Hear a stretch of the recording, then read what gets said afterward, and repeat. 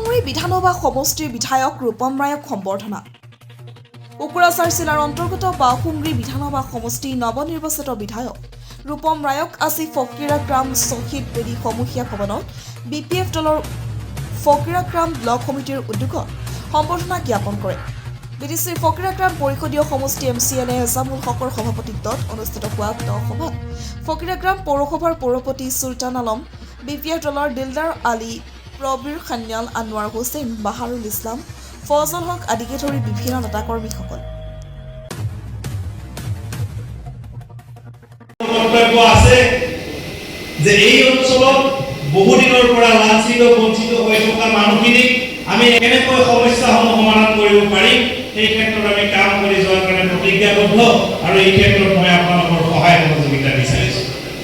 ইতিমধ্যে আপোনালোকৰ এই অঞ্চলৰে মৰমৰ MCLA ডাঙৰীয়াই যদিও পুঁজি যথেষ্ট কম তথাপি তেখেতে বহু কাম ইতিমধ্যে আৰম্ভ কৰিছে।